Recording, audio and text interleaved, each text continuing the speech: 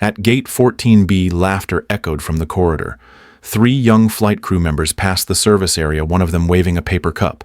Dana, standing behind the service counter, poured coffee into the thermos.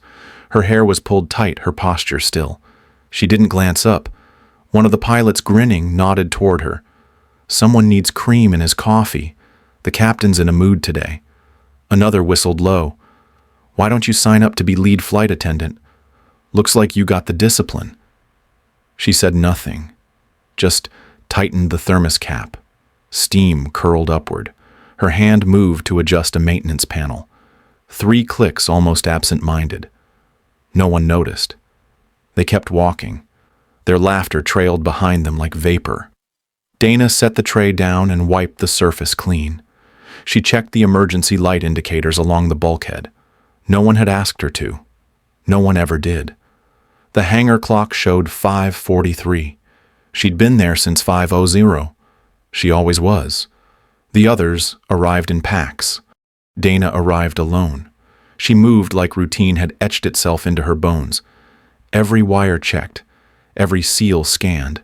She spoke little, never rushed. The night before, she'd run diagnostics on the cabin pressure systems, even though the line supervisor didn't require it.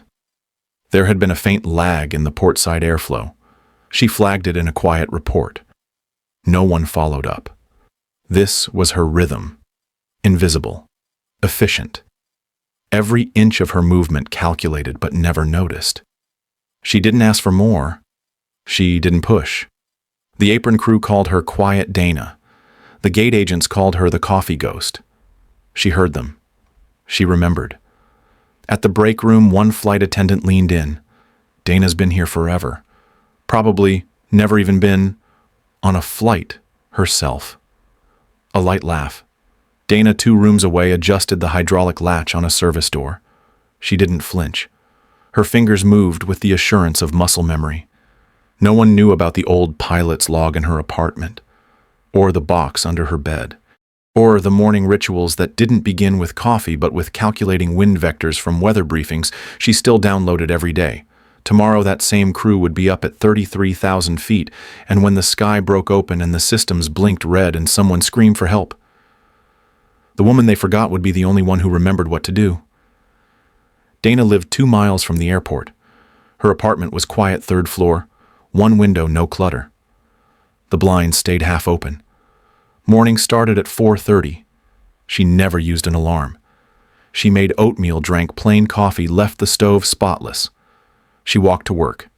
34 minutes from door to hangar boots, hitting sidewalk in even rhythm. No distractions. No earbuds. Just wind and gravel and the low thrum of jets overhead. She glanced up sometimes, not to admire, just to gauge altitude. The rest was muscle memory. She clocked in before anyone else, always before sunrise. The hangar lights buzzed when she entered, keys already in hand. She unlocked lockers, confirmed tool placements, scanned safety boards. Her checklist was memorized, but she carried the card anyway, folded, creased from use. Her badge read, Dana Lawrence Logistics. No title, no rank. No one asked where she'd worked before. No one cared. They knew her as the one who checked everything twice, who never talked much, who never left early. Someone once called her the Monk. The name didn't stick. She started her shift with coffee, not because it was assigned, but because it gave her access. The galley, the cockpit, the crew doors. She brewed 2 pots. One stayed in the thermos. The other gave her 5 minutes to scan the pressure system indicators.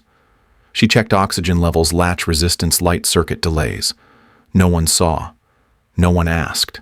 Flight crews passed her in the hallway, most younger than 30, fast-talking, confident. They joked as they walked by, called her by the wrong name. Dana never corrected them. She just nodded and kept moving. Her fingers traced every seam on the service panel like they were reading Braille. She looked for looseness, for uneven heat. She ran a knuckle across junction plates to feel for static bleed. She logged what mattered. She didn't explain why. Technicians rotated monthly. She stayed. They called her quiet. Some said strange. One said she must have grown up around aircraft. She didn't answer. Inside her locker, one flight jacket folded flat, never worn, one old watch with faded numbers, two laminated cards from training bases, Laughlin, Randolph. No one ever saw them. She kept to herself in the break room, never joined lunch, ate quickly, then returned to check power couplings or backup light switches. If asked, she said she liked staying ahead.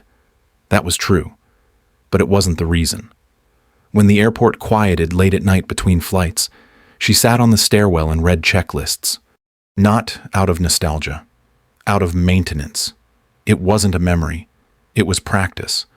Once a young mechanic asked why she always circled back to the emergency escape slide sensors. He laughed when he asked. She didn't. She just said, because they fail.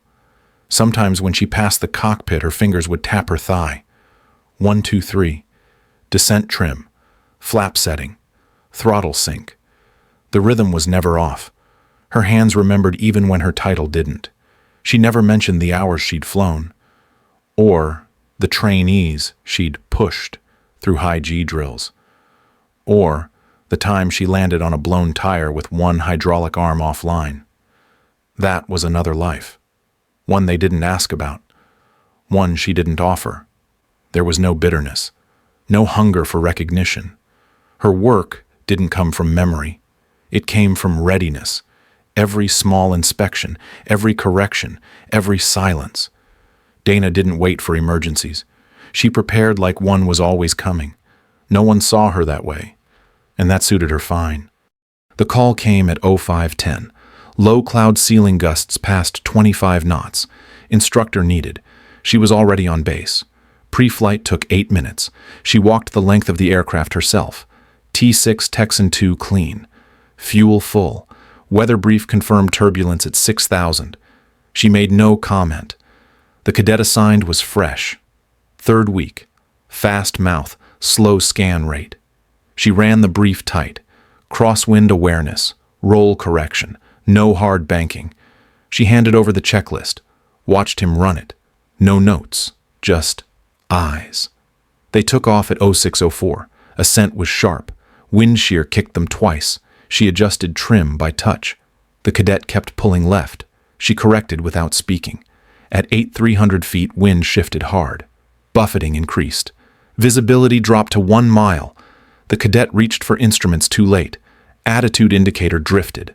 Nose climbed. She eased the yoke. Called for heading hold.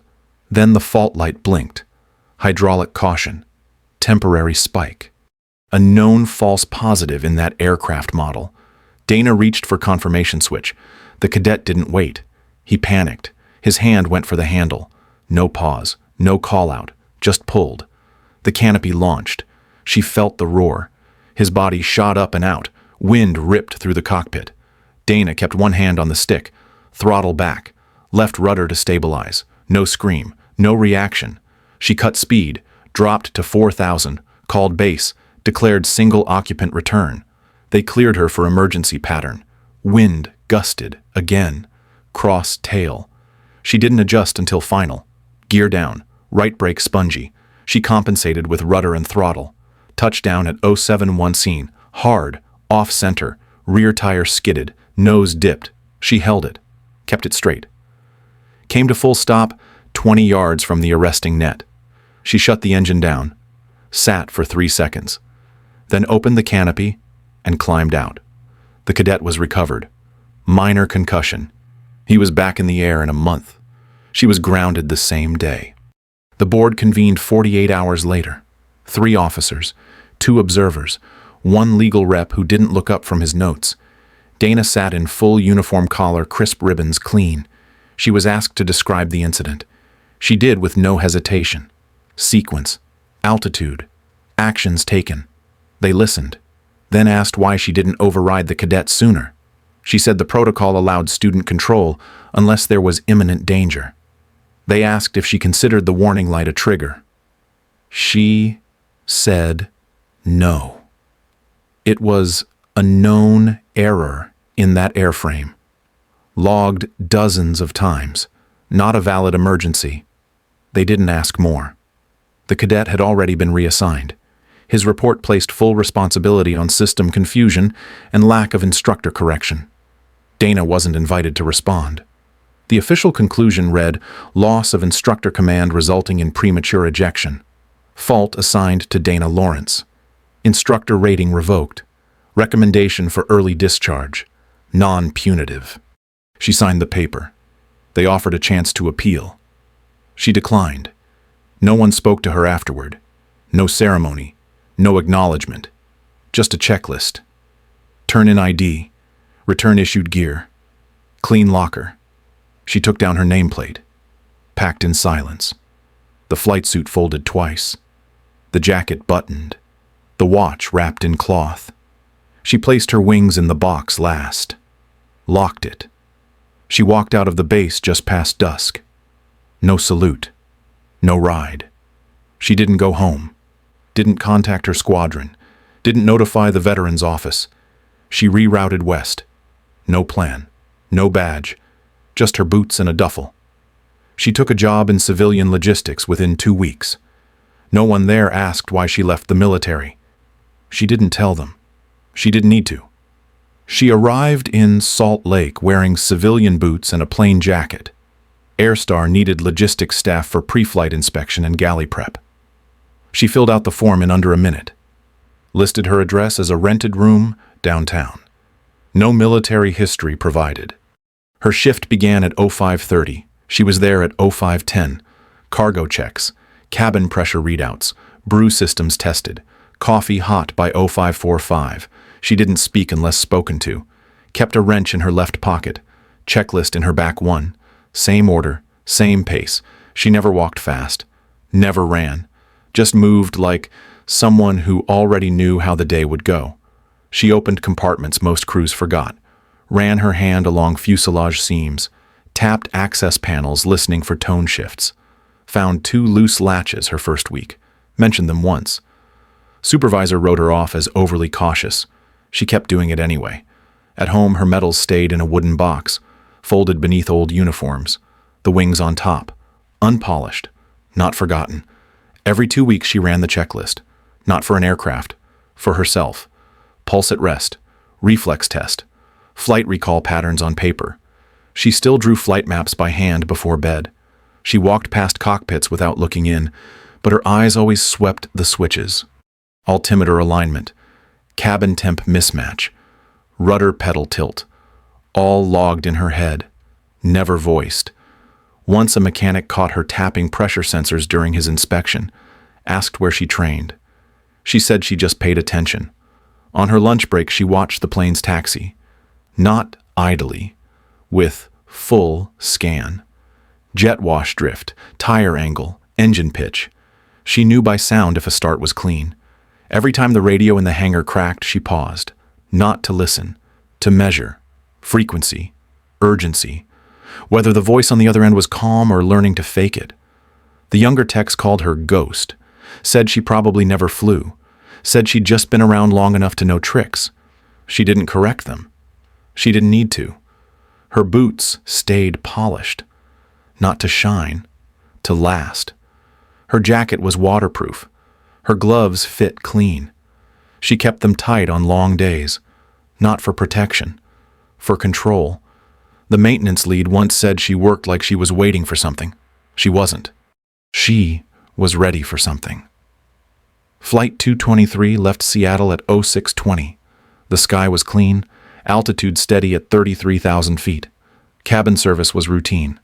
Dana moved through the aisles with a cart checking seat rows and service panels.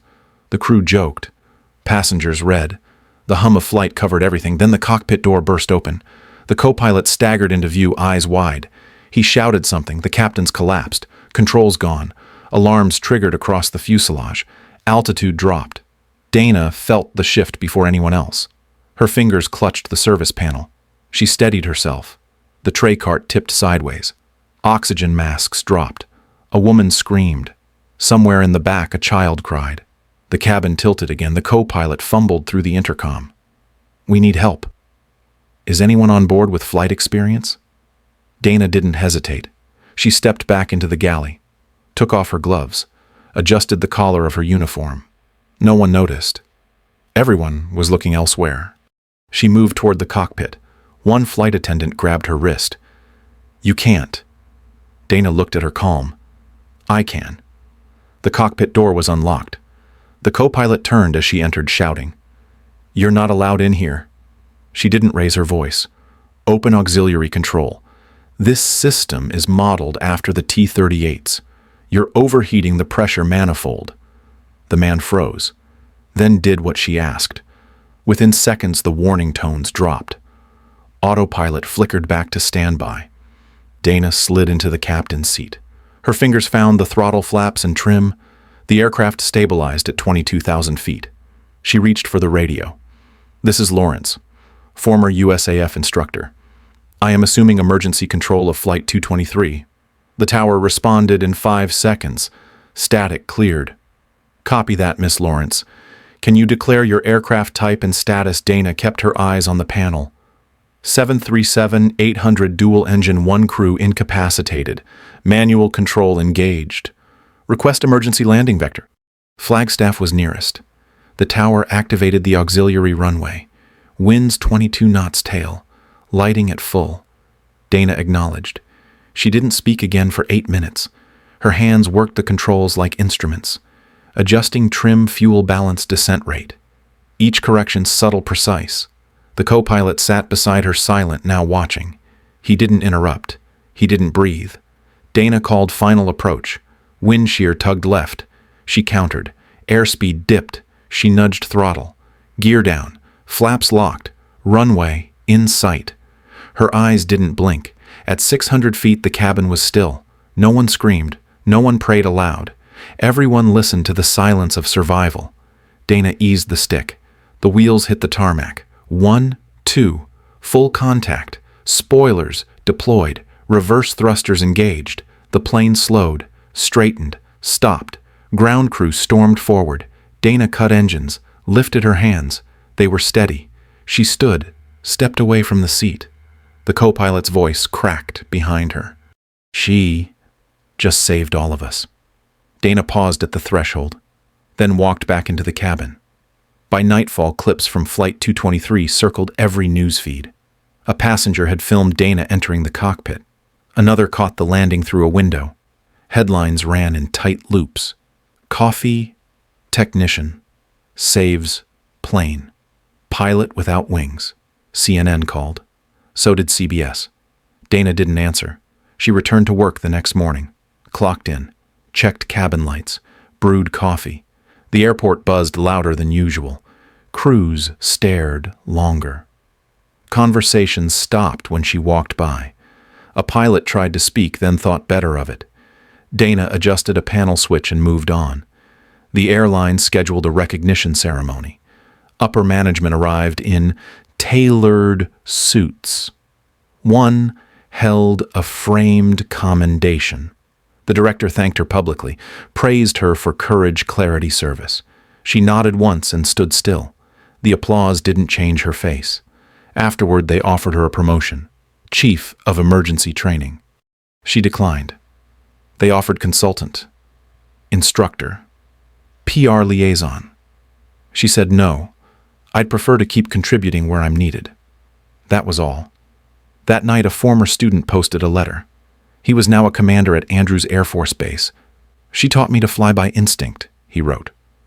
"She taught me that skill is preparation, not luck."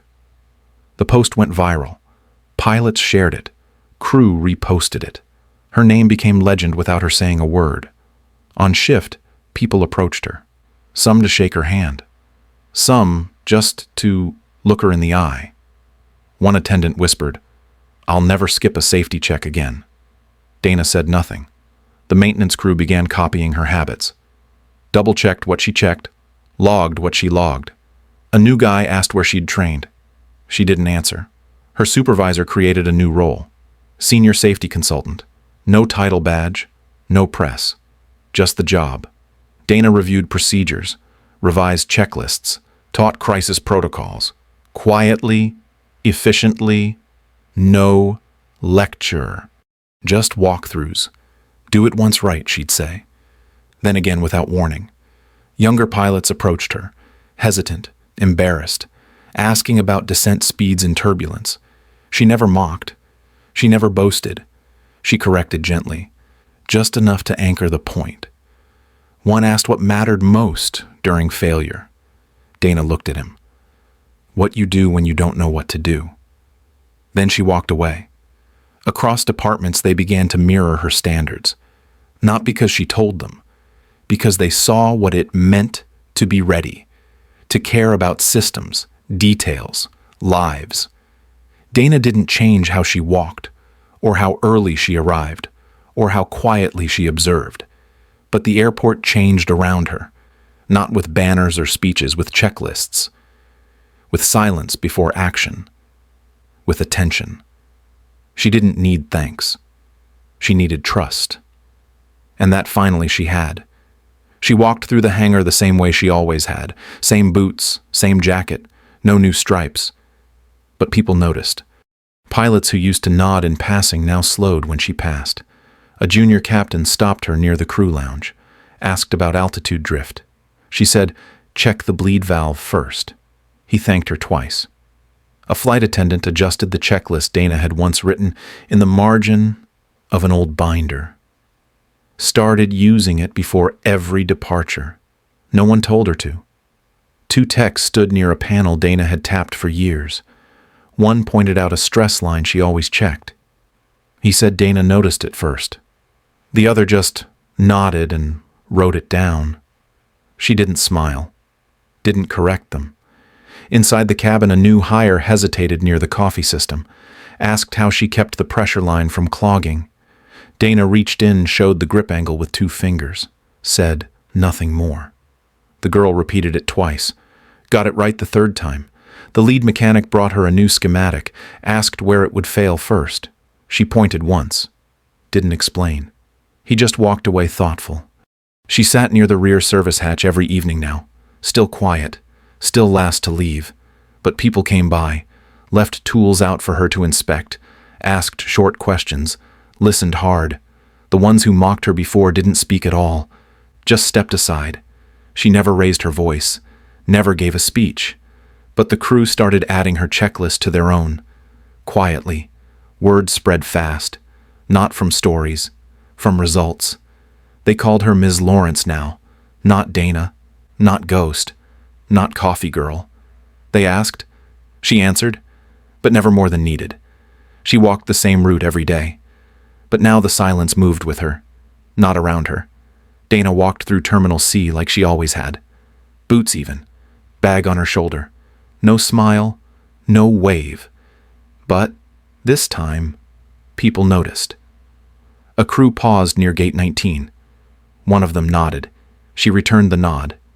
Nothing more. At the coffee stand, the barista placed her drink on the counter without asking for her name, just slid it forward and stepped back. A boy sat near the waiting area with his mother. He saw her pass. His voice was soft but clear. "Is that the pilot from the plane? The one who saved everybody?" Dana didn't stop, but the boy stood. He moved toward her, looked up. His eyes were wide. "Are you a superhero?" She crouched down, looked at him level. "No, just someone who remembered what to do."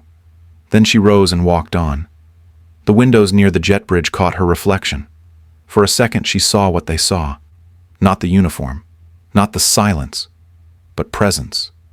Not forgotten, not gone, just ready. She paused, watched herself in the glass. For 12 years she'd walked as a ghost. Now her own eyes met her own, and this time she didn't look away.